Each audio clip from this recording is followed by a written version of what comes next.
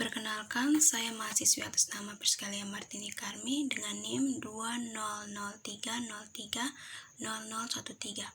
mahasiswi kelas A semester 1 program studi Sosiologi. Kali ini saya akan membahas materi tentang teori pedagogi politik sebagai praktik radikal untuk memenuhi tugas mata kuliah pengantar ilmu politik. Baik, pada bab pertama, saya akan membahas materi mengenai hubungan antara ilmu politik, pedagogi, dan kewarganegaraan demokratis. Sarjana di bidang ilmu politik telah berjuang untuk memahami dan mengartikulasikan hubungan ini. Kebingungan antara tujuan pedagogis yang saling bertentangan dan kontradiktif suatu masalah. Ilmuwan politik berkomitmen untuk demokrasi dan mendidik publik. Bagaimanapun, demokrasi dan pendidikan secara timbal balik memperkuat praktik. Kualitas yang pertama tergantung pada kuantitas yang terakhir. Sebuah pendidikan dapat mengubah pribadi yang egois menjadi warga negara yang demokratis, mampu mengakui dan memperjuangkan kepentingan umum. Itu biasa terjadi mendengar para ilmuwan politik berbicara tentang peran pendidikan dari disiplin ilmu tersebut, istilah abstrak dan konvensional. Tujuannya dalam terjemahan ini yaitu mengenai hubungan antara ilmu politik, pedagogi, dan kewarganegaraan demokratis yang terdiri antara konsep pedagogi teori politik sebagai praktek radikal serta pandangan para ahli tentang pedagogi teori politik.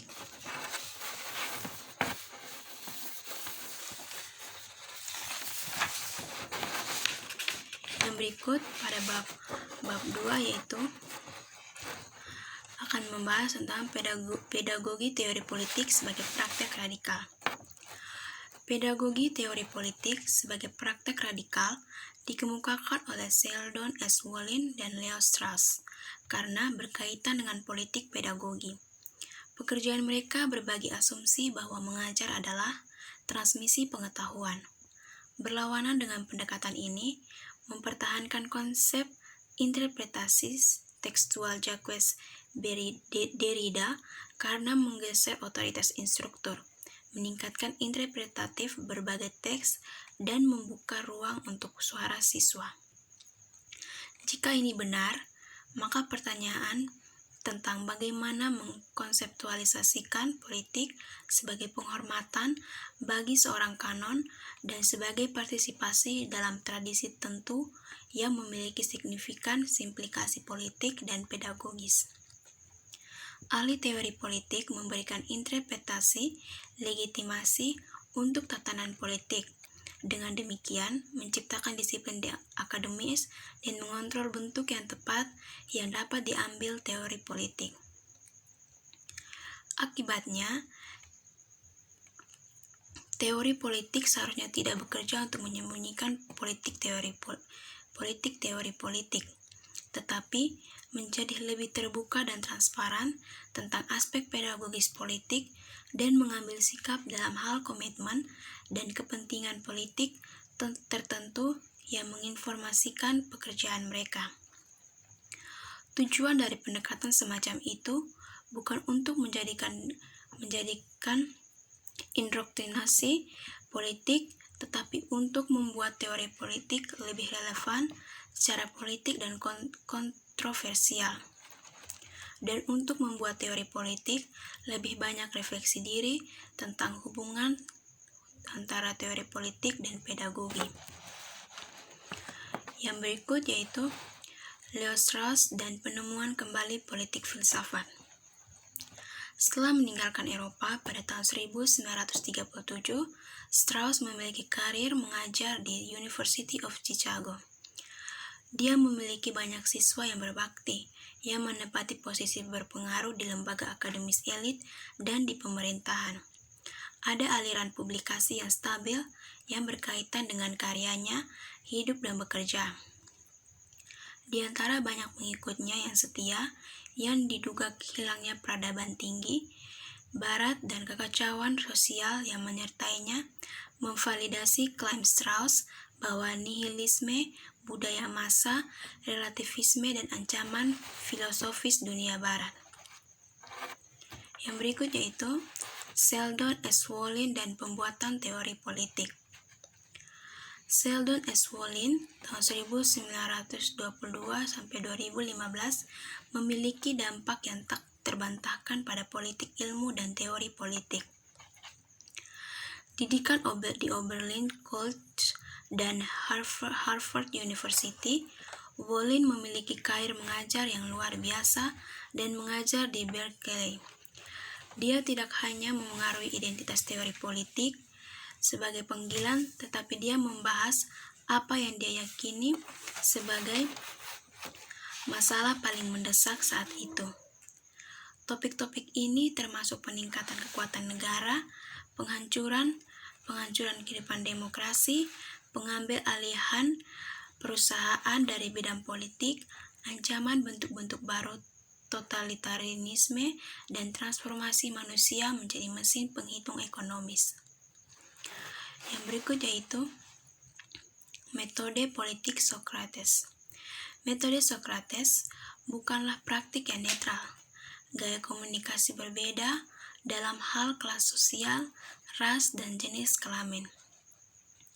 Penelitian menunjukkan bahwa putih, maskulin, dan gaya komunikatif agresif merupakan norma yang tak terlihat.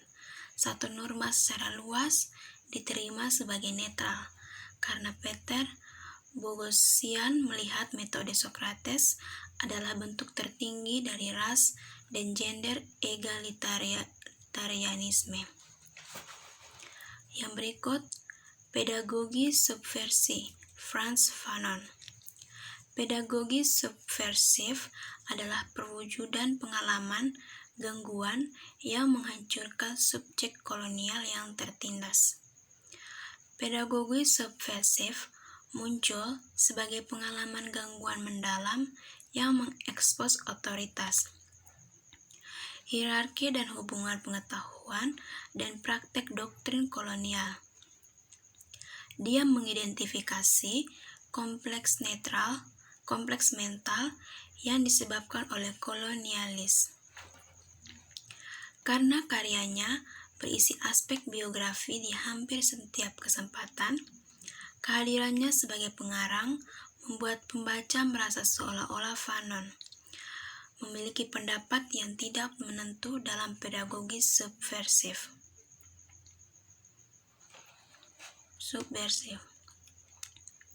Yang berikut yaitu Paulo Freire tentang pedagogi dan revolusi.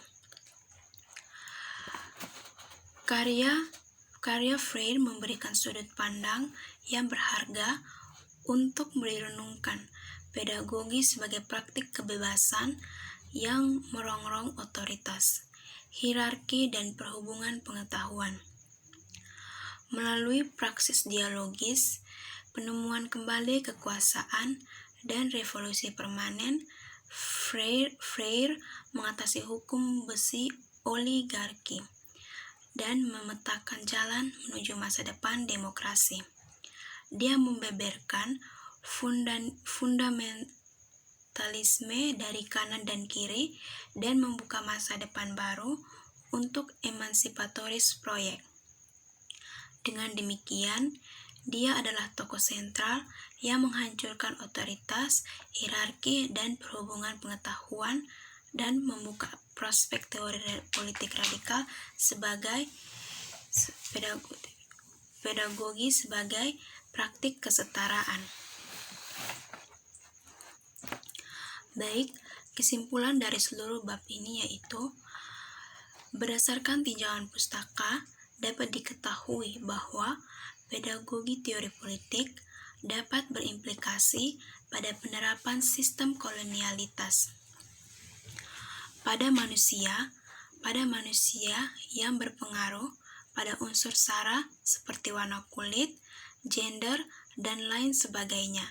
Di sini, prinsip bukan hukum besi oligarki, otoritas, dan hierarki kekuasaan menjadi nyata dalam kehidupan masyarakat. Pentingnya mempelajari pandangan tokoh-tokoh tentang politik pedagogi untuk mengetahui sejarah perjalanan politik pedagogi sampai terjadinya revolusi yang diperjuangkan oleh Paulo Freire. Freire mengatasi hukum besi oligarki dan memetakan jalan menuju masa depan demokrasi. Dia membeberkan fundamentalisme dari kanan dan kiri dan membuka masa depan baru untuk emansipatoris proyek. Dengan demikian, dia adalah tokoh sentral yang menghancurkan otoritas, hierarki, dan perhubungan pengetahuan dan membuka prospek teori politik, radikal pedagogi, dan sebagai praktik kesetaraan. Sekian dari penjelasan saya. Terima kasih.